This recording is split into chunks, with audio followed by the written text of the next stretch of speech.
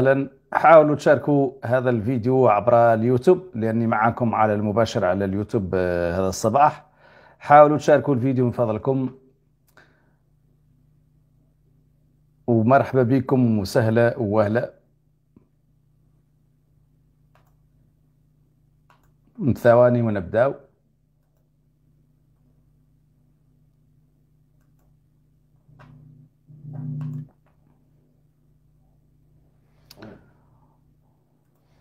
طبعا كالعادة راكم عارفين بأنه نحن نحارب الإعلام المضلل، يعني نحارب ما يقوم به الإعلام المخزني من تضليل ومن كذب على الناس. تحياتي لفيقيق، تحياتي لأهالي فيقيق. مرحبا بالأخ المغربي اللي معانا من فيقيق. إذن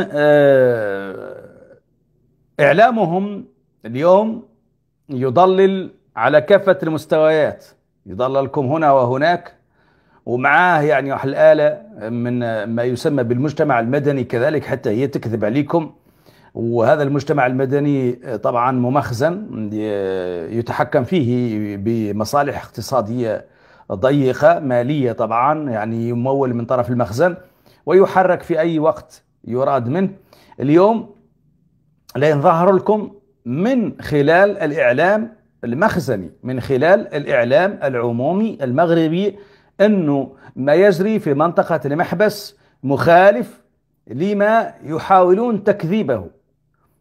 ولا ينبين لكم، يعني لا ينبين لكم بالحجة والدليل، بالحجة والدليل، وعن طريق إعلامهم العمومي اللي جاء لإخفاء الحقيقة. يعني روبورتاج بث اللي هو هذا، يعني باش نوضعكم في الصورة أكثر. هذه تسمى قناة العيون الجهوية، تسمى كذلك عند الصحراويين بأنها قناة الرحيبة. هي هذه، يعني هذا موقعها على اليوتيوب، يعني نشرة أخبار قناة العيون ليوم 21 دجنبر 2020، يعني نحن في 23، يعني أول أمس. هذه نشرة أخبار قناة العيون باش نأكدوا عليها بالحجة والدليل، يعني ما جايبينها من شي مؤسسة أخرى. والله هذا روبورتاج جابته قناة ما يسمى بقناة العيون الجهوية. وهذا الروبورتاج من منطقة المحبس، وبغاو يبينوا لنا من خلاله على انه ما فهم اي شيء في المحبس. لا نشوفوا من خلال التقديم، يعني نشوفوا من خلال التقديم، لا نشوفوش تقول الصحفية من خلال التقديم.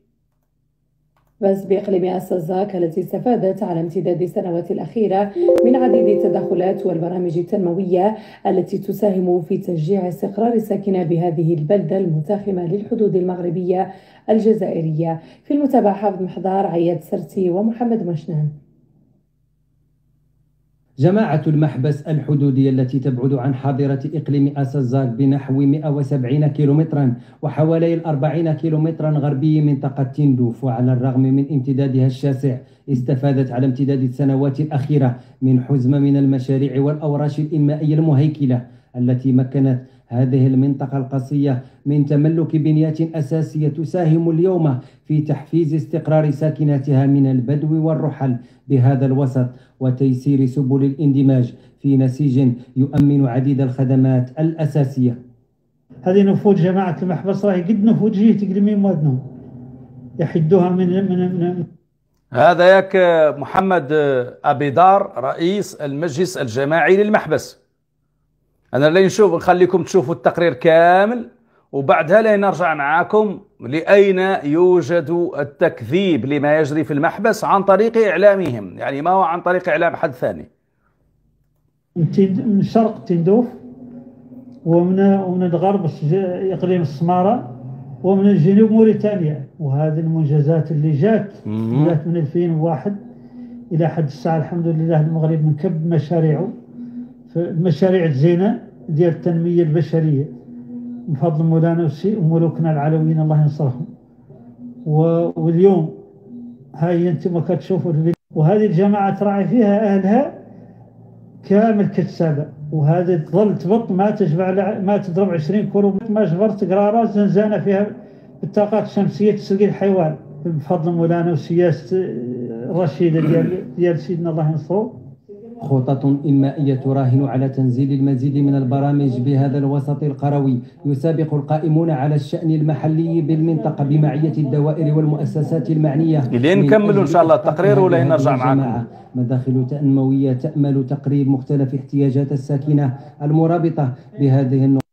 ديال المصلحة العمومية واحد العدد ديال المشاريع إن شاء الله مبرمجة لا يتنطلق فيها الجماعة درك إن شاء الله في هذا العام 2021. هي تدخلات إنمائية تقوم على الاستجابة للقرارات قائمة بهذه البلدة الحدودية التي شهدت طفرة إنمائية على امتداد العقدين الأخيرين ساهمت في توفير عدد من الاحتياجات التنموية الأساسية لأبناء المنطقة.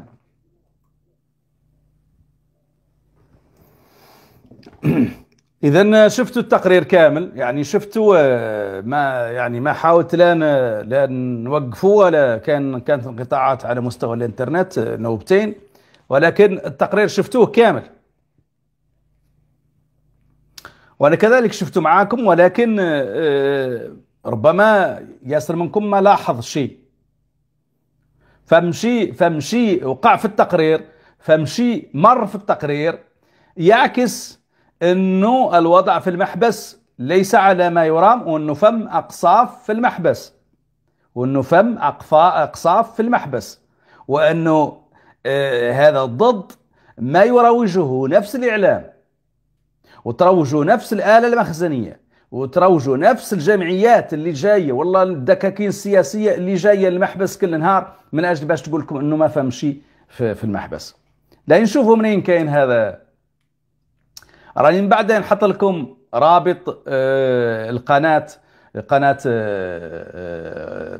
الرحيبة في الفيسبوك وكذلك في اليوتيوب، اللي بغى يمشي لا تشوفوا الدقيقة 33.40 ثانية، لا تشوفوا في هذه النقطة بالضبط الدقيقة 33 الثانية 40، وفي المقطع الثاني لا تشوفوا الدقيقة 34 الثانية 39. إذا مقطعين لا نشوفوا أين يوجد ما يكذب الرواية المخزنية. كيف قلنا هنا لهين نمشوا للدقيقة 33.40. إذا هون احنا في الدقيقة 35 ثانية، ولين اسمعوا ركزوا كثيرا، تسمعوا في الصوت. جاهزة فلله الحمد، الأرض جاهزة، المحبس أصبح جاهز بالضوء ديالو بالماء سمعتوا شيء ولا ما سمعتوا شيء؟ سمعتوا شيء ولا ما سمعتوا شيء؟ هنا رجعوا لا نفسي وملوكنا العلويين الله ينصرهم. واليوم هاي انتم كتشوفوا البناية التحتية جماعة جاهزة فلله الحمد، ركزوا، الأرض جاهزة، المحبس أصبح جاهز بالضوء ديالو بالماء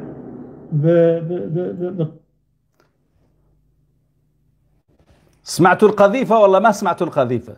سمعتوا صوت القذيفة ولا لا؟ من بعد نقطع لكم الروبورتاج كامل ولا تمشوا لهذا الجزء بالضبط ولا تسمعوا القذيفة. هذه القذيفة الأولى. بعدها بأقل من دقيقة في الثانية 34، في الدقيقة 34 باش نوضعكم كذلك في الصورة. هذه الآن راعيها 34 دقيقة 34، الثانية 33 لا تسمعوا في الدقيقة 34 39 لا تسمعوا قذيفة أخرى. وها احنا مبرمجين ودرنا ملفات ديال البنايه اللي يثبتنا عن الناس شي 50 دار في الدوار ديال البيت. سمعتوا القذيفة الثانية ديال كوركاس التجزئه دي هي هون فيها 150 بقعه. وها احنا مبرمجين ودرنا ملفات ديال البنايه اللي يثبتنا عن الناس شي 50 دار في الدوار. سمعتوا صوت القذائف؟ سمعتوا قذيفتين؟ يعني نركز معاكم ونأكد لكم في الدقيقة 33 والثانية 40 لا تسمعوا القذيفة الأولى، وبعدها بأقل من دقيقة، في الدقيقة 34 الثانية 39 لا تسمعوا القذيفة الثانية في تصريح رئيس الجماعة اللي يقول لكم احنا واستثمرنا والمغرب وكذاش والكوركاس والبقع الأرضية. وهذا الشيء كامل من أجل ايش؟ من أجل باش يقول لكم أنه ليس هناك أي وضع غير طبيعي في المحبس، أنه الوضع طبيعي جدا، ما فهم أقصاف، ما فهم أعمال عسكرية، ما فهم أي شيء. إذا شوفوا كيف أنه إعلامهم فضحهم، قناتهم اللي يرسلوها كل نهار لهذيك البليدة باش تكذب على الرأي العام الصحراوي الموجود في المناطق المحتلة، وتكذب كذلك على الشعب المغربي، وتكذب على العالم إذا كان يشاهدها، هي نفسها اللي مرت منها هذه اللقطات بقصف مسموع ولا ينقطعوا لكم إن شاء الله وتشوفوه تصنتوا له، يعني تتأكدوا فعلا من ذا. واللي يبغى كذلك يرجع لموقع القناة ويشوف كيف قلت لكم هذو الموضعين الاثنين لا يسمع القذيفة أو القذائف بالواضح. إذا علاه الكذب اليوم؟ علاه تكذبوا؟ علاه هذا المخزن قاعد يكذب اليوم والغدا وغدا والسيمانة الجاية؟ علاه تصرفوا هذه الملايير كاملة من أجل باش تكذبوا؟ علاه ما تصرفوا هذه الملايير في شيء ينفع الناس؟ علاه ما تذعنوا للحقيقة؟ علاه ما تخاطبوا الناس بالحقيقة؟ علاه ما تقول لهم هم الناس قاعد اللي يفهم في المحبس راهم عارفين الحقيقة، لكن يبقوا الناس اللي بعاد من المحبس علاه ما تقول لهم الحقيقة؟ علاه ما تقول لهم انه فهم فعلا وضع ما هو مستقر في المحبس ولا قعدوا في دياركم؟ علاه تخاطروا بالناس تجيبوهم الى فم؟ تخاطروا بارواح الناس من اجل باش تكذبوا على الناس وتجيبوا الالاف من الناس لهي المنطقة تخاطروا بحياتهم، الله يحفظ لا وقع طاحت عليهم قذيفة والله وقع فيه من موت، ايش لا يتعدلوا لهم؟ واش غادي لكم انتم يموتوا والله يحياوا؟ ايش غادي لكم فيهم؟ انتم اللي يكفي عندكم على انكم تموت باين تكذبوا على الناس وتموت قاعدين تضلوا الشعب وقاعدين تخفوا الحقيقة، ولكن سبحان الله أصبح إعلامكم يفضحكم. جبتوا قناة من لندن ذاك النهار تكذب فمرة كذبت عيات ومشات، جبتوا بوط الريش ما خليتوا بوط الريش الأحمر ما جبتوه للمحبس، ما خليتوا بوط الريش شي بليده في الزريبة ما جبتوه للمحبس من أجل باش يكذب. وسبحان الله إعلامكم فضحكم، إعلامكم فضحكم، إعلامكم أظهر حقيقتكم، إعلامكم وضح لكم الحقيقة ووضحها للشعب المغربي ووضحها كذلك للشعب الصحراوي الموجود في المناطق المحتلة ووضحها كذلك للعالم إذا كان يتابع هذه الحقائق. لذلك عليكم أن تكونوا على الأقل نزهاء مرة واحدة في حياتكم. علاه الإنسان يكذب يعود شيبان يكذب؟ علاه يعود شيبان يبقى له نهارين على القبر حنا ما عارفين شكون اللي يسبق والله شكون اللي يسبق؟ يعني لماذا يعني إنسان يعود منخرط في هذه الكذبة كلها يكذب على الناس ما يقول الحقيقة؟ إذا المقطع رانكم لا تشوفوه، اللي يتابع على صفحة الفيسبوك راه لا يشوفوا صوت الشعب، واللي باغي يشوفوا على اليوتيوب راكم لا نحط لكم الرابط وشوفوا المقطعين 33 دقيقة 33 الثانية 40 والمقطع الثاني الدقيقة 34 الثانية 39 لا تسمعوا بالواضح. إذا ما يتم حد يكذب عليكم ولا تريدوا تصدقوا هذا الإعلام اللي ما هو قاعد سوى على الكذب. تحياتي لكم وإلى اللقاء إن شاء الله الرحمن الرحيم في فيديو آخر.